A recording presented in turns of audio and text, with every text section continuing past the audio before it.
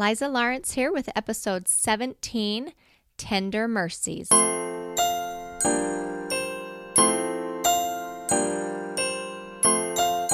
Welcome to Wonders and Miracles podcast, where we celebrate miraculous moments in everyday lives.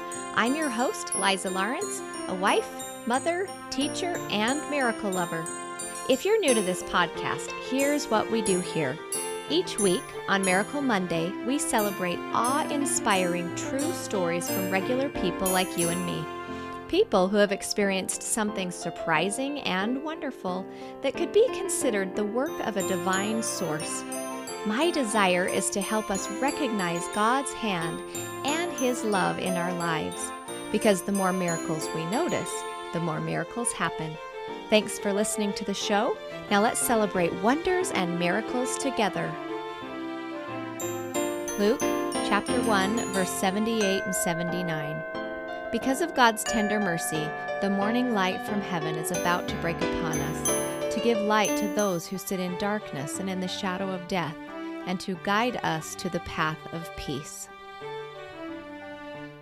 So today's episode features some more Christmas miracle stories and a story of Hanukkah, the Jewish festival of lights. In these stories, you will hear how a young girl's Christmas miracle saved her from the painful plan of ending her life, a woman's reminder of God's presence and His awareness of her, and finally, how Ella's love made Santa cry. This episode is full of tender mercies from the Lord. But before we get into that, I just wanted to make an announcement that you have one more day to enter the Miracle Bracelet giveaway. So this giveaway ends tomorrow, December 11th, and this is when I will be announcing the winner on my Instagram account. So if you would like to still go enter this contest to win a $15 custom-made charm bracelet, go to Instagram and search my handle at Wonders and Miracles, all one word, and follow the instructions. It's really easy. The more people you tag in this giveaway, the more entries you have in the contest. This giveaway is brought to you by Get Charmed by Rochelle. She makes beautiful custom charm bracelets. So if you'd like to order one for Christmas, go check out on my Instagram page or on her Etsy shop at www.etsy.com/shop/Get Charmed by Rochelle. I'm going to spell that last part. Capital G-E-T, capital C-H-A-R-M-E-D-B-Y, capital R-A-C-H-E-L-L-E. Get Charmed by Rochelle. So go check out her Etsy shop, or you can contact me from my Instagram. You can DM me there. So I'm pairing up with Get Charmed by Rochelle for this giveaway.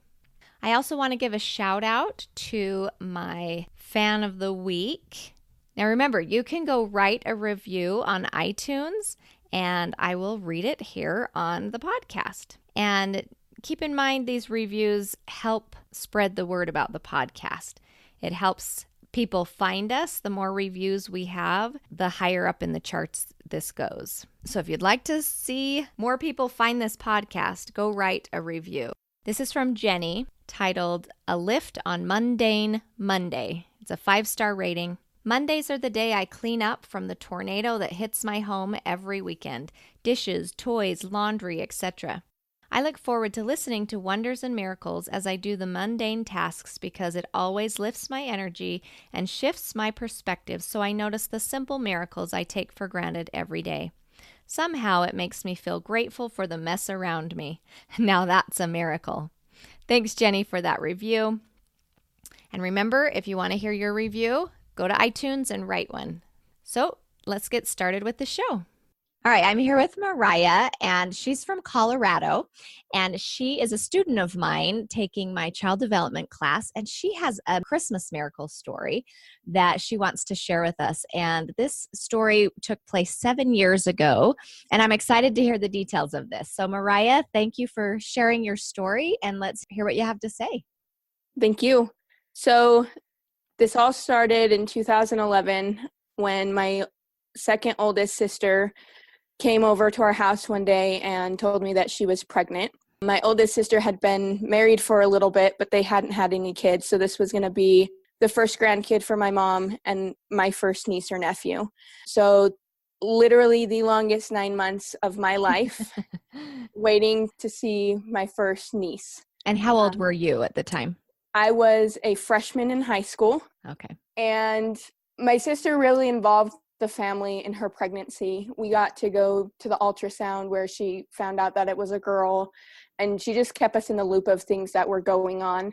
During freshman year of high school, I struggled with depression, and it was all pretty much just because of family circumstances. My parents have been divorced since I was 7, and just I didn't have the support. My family didn't know that I struggled with depression. School system really didn't care. There were a couple teachers that kind of knew what was going on, but they weren't quite sure. So I was really struggling. And at the time, my mom had found a new boyfriend, and he moved in with us. It kind of drove our family apart a little bit. And my oldest sister, Mika, didn't want to be around the family. And Andrea, my sister that was pregnant, also didn't want to be there just for personal circumstances and not wanting to be involved in the drama. And I remember the week before my niece was born, I had been struggling a lot with my depression, and it got to a point that I was okay with ending my life.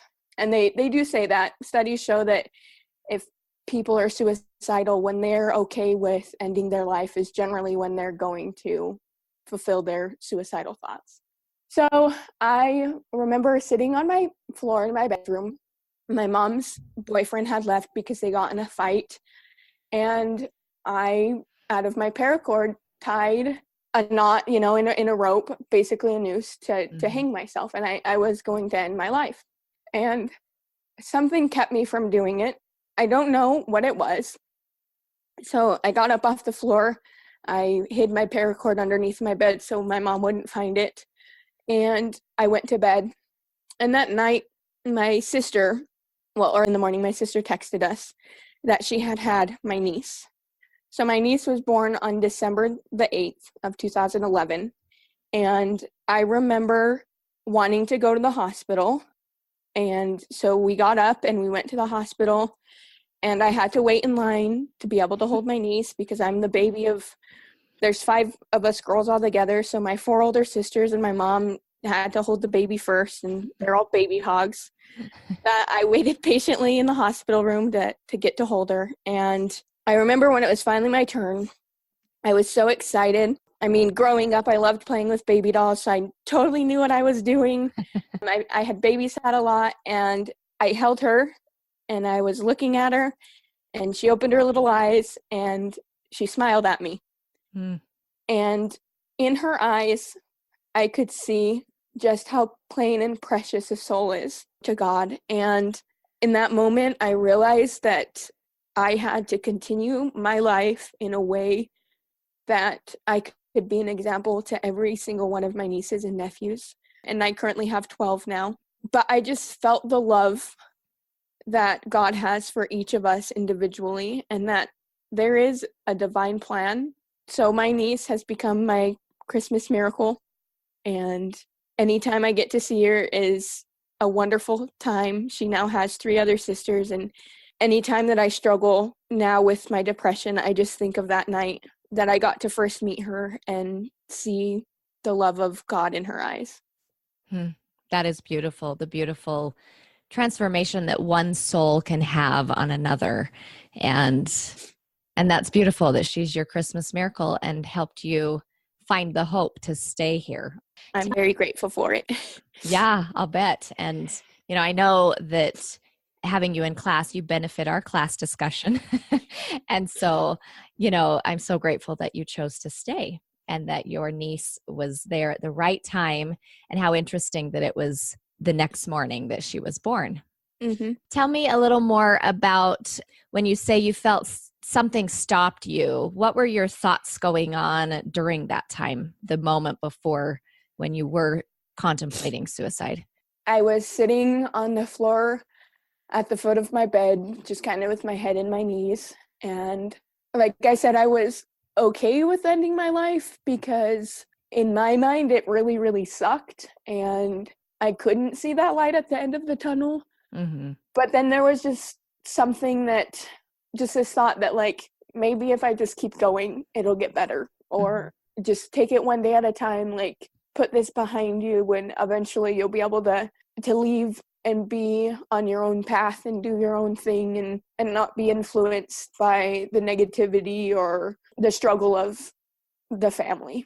Mm-hmm. Yeah. So did this meeting your niece and kind of having that glimpse of the love that God has for all of us and for you specifically, how did that change did it change your daily habits or your relationship with God or yourself? So at the time, I was an inactive member of the Church of Jesus Christ of Latter-day Saints and had been since being baptized at age 8. And so I always kind of knew that I needed to pray and to read my scriptures, but I wasn't ever really diligent in doing that. So after this experience that I had with my niece, I knew that I did have a Heavenly Father, that there was a greater being that loved me and knew what I was going through and what I needed. And so I became more diligent in my prayers. And it wasn't until the following summer that sister missionaries came over and started to teach me, and I became reactivated in the church. So I think that experience of feeling that love of God through my niece and then being diligent in my prayers allowed me to be prepared to come back to church the following year. Mm-hmm. That's really neat. I love that story. What a beautiful Christmas miracle. Thank you so much, Mariah. Thank you. I appreciate being able to share it.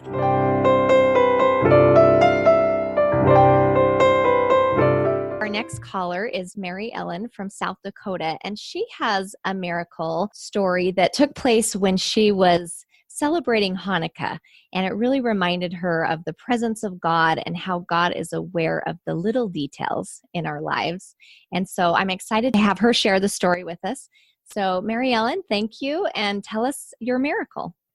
Yes, well, thank you for letting me share. I really appreciate it. So my story, in some ways, it stems back to when I was a little girl and I was third or fourth grade in elementary school. I attended a public elementary school, but we sang a song about Hanukkah. And I remember at the time, whenever we would sing that part of the song, whenever we would sing about Hanukkah and the Festival of Lights, it really touched my heart. And I felt such a strong feeling of peace.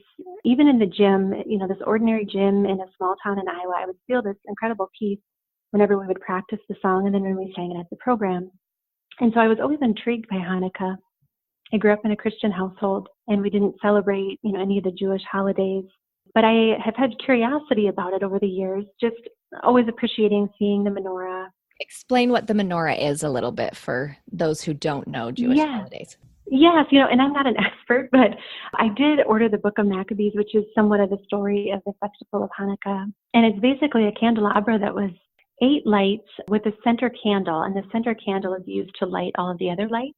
Mm-hmm. But it's the festival of when the Jewish people took back the temple. They only had enough oil to light the candles, not for the full course of time. They ordinarily would light the candles.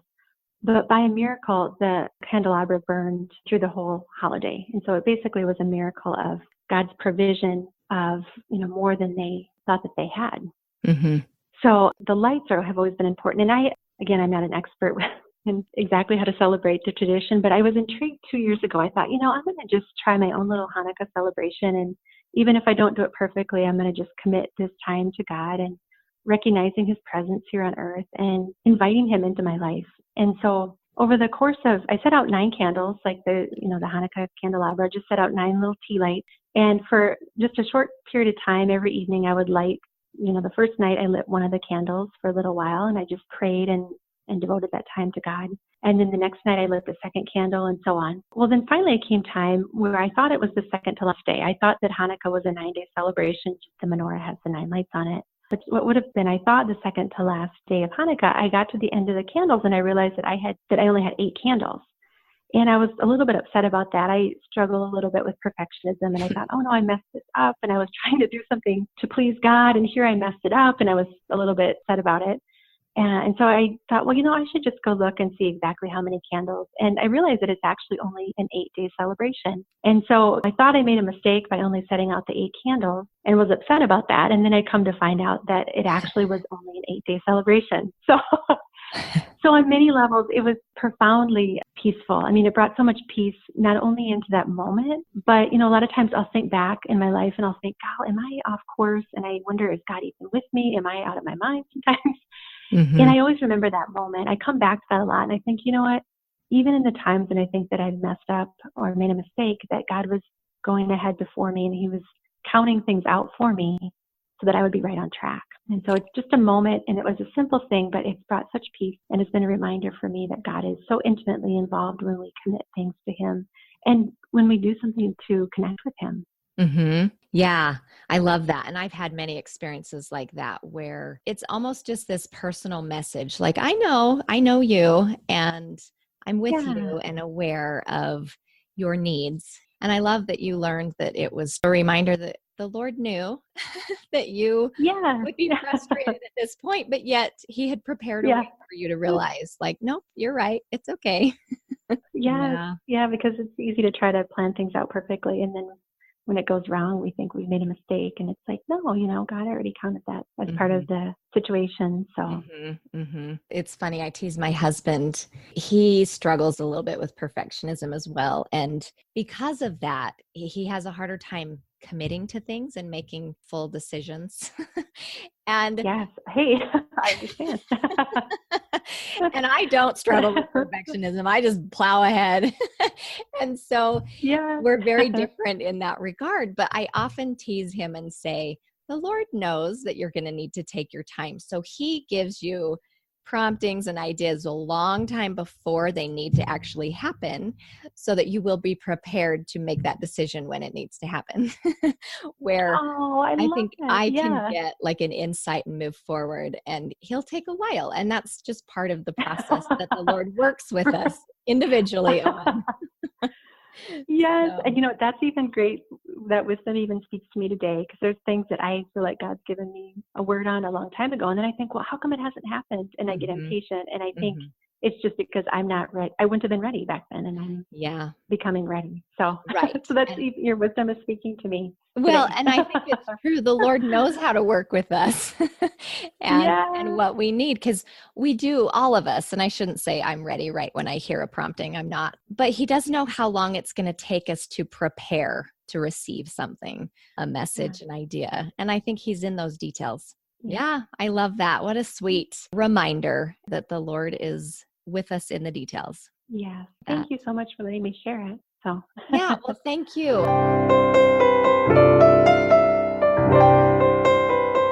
All right. Well, I am here with Paul, and he is going to share with us a Christmas miracle. And the cool thing about Paul is he is a professional mall Santa, and he's played Santa all over the United States, it sounds like, in Texas and Arizona and Oregon. So I see you're growing your beard. Do you keep a beard now all the time? Yeah, for 7 years now. My wife said, but you look so old. And I said, but I feel old. Let me look the way I feel.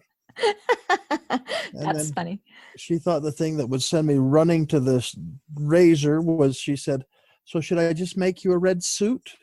And I said, sure, why not? And that's where you've been ever since, huh? That's where I've been ever since. First year, I just went around and caught all the families with young children and had a ball. And the second year, she says, well, if you're going to look ugly, I'm going to get paid for it. So she made me some business cards, and I did a couple of small parties. And then I got connected with a photography company, and now I'm a professional mall Santa. I love that. That is so funny. Did you ever plan to be a professional mall Santa? I didn't. It just kind of came about. But I found out my dad had played Santa Claus for a couple of years. Really? And somewhere I've got a picture of my dad in his Santa outfit. Oh my goodness. So, I love that. That's awesome. Well, let's hear your story. Okay. I am so glad to be able to share it. I share it with friends all the time, and every time I share it, I cry. So what can I say? It's definitely a miracle for me. My mother's name is Ella, E-L-L-A. And 2 years ago, she was 86 years old. And the day after I flew to Arizona to do my Santa job, she went in for surgery for a blocked colon. And my sister went in with her. My sister was in the waiting room, and the doctor came out of the surgery, and he said, well, the reason she has a blocked colon is because she has colon cancer. It's the kind of cancer that drops little seedlings throughout the abdominal cavity, and I couldn't get clean margins. She's got 6 months to live. Oh, wow. And so my sister called me that day after she found out and told me, and I went, well, at 86 years old, you're not guaranteed another day. So, 6 months is pretty good. I've got that to plan on. And she said, we're not going to tell her, because if we do, she won't try and get better. And I said, I understand that. And I says, well, then I'll have some time to spend with her, after I get home. So a week later, she called me and she said, they got the pathology report back, and instead of 6 months, she's got 6 weeks. Oh, wow. This was mid-November. And I said, well, if I get my selfish way, I will be home in 6 weeks, so I'll be able to say goodbye. And my sister said, well, if she gets her way, she's going to go tonight, because she's been cussing Dad for not coming and getting her yet. And he had passed before. He had passed 15 years before. So she was kind of lonely, So that night she got her wish. She passed away that night. My sister called me about 2:30 in the morning and told me about it. And I said, okay. And so then I called my wife the next morning after it was time for her to be awake. And I said, I want you to get me a airplane ticket. The funeral's going to be Monday. I want an airplane ticket. So I fly in Monday morning in Salt Lake. You pick me up, take me to the funeral, take me back, and I can be back in the chair on Tuesday. And she said, no, you're going to spend some time with your family. And my supervisor actually agreed with that, and scheduled me off for 3 days so I could spend a little time at home. So I found that out on Thursday, and this was early part of November. So it's actually fairly slow in the Santa sets at the mall. So I could go an hour without seeing a kid. And the people who worked with me, my helpers, would stand and talk at the camera or somewhere, and I would just sit and think about my mom and get blue. And a little child would walk into the door, and I could turn it on, and I could be happy ho-ho Santa, for that child. And then they would leave, and then, again, another lull, and I'd get a little blue thinking about my mom. This happened all day Thursday and all day Friday. And the last hour Friday, there was nobody came in for almost the whole last hour. And so I'm just sitting there. It's almost closing time, and I'm just blue. And all of a sudden, this little girl runs in and literally throws herself at me, gives me a huge hug, backs up, smiles, a big smile, throws herself at me again. She does this 5 times. And her mother was there, and her mother said, Ella, that's enough. Oh. So here was, for me, my mom coming and loving me unconditionally. And I said to the little girl, I said, oh, is your name Ella? And she said, yeah. And I said, oh, I'm going to cry, And then she and her mom just left. And I thought, well, what a sweet, tender mercy that something like that could happen. Well, Christmas Eve comes. I'm still working. I've seen thousands of kids since that experience. And all day long, the day before Christmas, it rains. And so when it rains, it's cold in Arizona. So everybody, or they don't want to stand in the line because the line is outside in the rain. Oh. And, we do have a few umbrellas that we're holding out, but the lines are relatively small all day long. And probably about 5 o'clock, a little girl comes in a nice, pretty dress, and she runs and throws herself at me and hugs me. Like I said, I've seen thousands of kids since then. I couldn't have picked her out of a crowd of one. And she hugs me, backs up, looks at me, and hugs me again. And her mother said, Ella, again? Oh. And I said, oh, were you here before? And she says, yeah, we had a picture with you last year. And I says, no, not last year, this year. Were you here before this year? And she says, oh, yeah, we stopped in to say hi one night. And I said, will you sit down and let me tell you a story? I said, I'm going to cry when I tell you this story because it's so tender and so special to me. And so I sit down and I told her the whole story. I said to her, what a sweet, tender mercy that God would send somebody with my mother's name. And to be honest with you, I had known 2 other Ellas in my entire life. My first grade school teacher was named Ella. And then a family who had lived here in Smithfield had a daughter who went by Ella. That wasn't her actual name, but it was part of her name. But they called her Ella. Only 2 Ellas I had ever met other than my mom. And to have Ella come and do that. Yeah. And I said to her mom, I said, what a sweet, tender mercy. And her mother looked at me and she says, well, her middle name is Grace. Oh. So for me, what could have been my worst Christmas actually turned out my best because of the miracle that God sent Ella to love me unconditionally when I was feeling blue about my mom, my Ella. What a beautiful story. That is just Christmas magic and beautiful. I love that. Thank you so much for sharing that. Anything else you want to share that you learned from that experience? You know, I just know that God loves everybody individually. Mm-hmm. He knows us. He's concerned about us. And my mom has a lot of pull in heaven. You obviously admired your mother a lot and loved her Oh, yeah. a lot. That's neat. And yes, I could see your mom prompting Ella to go give you the loves that she couldn't at that time. Yeah. I love that. So beautiful. Well, can you tell us, as Santa, what are your favorite Christmas lines that you say when you are playing the Santa Claus?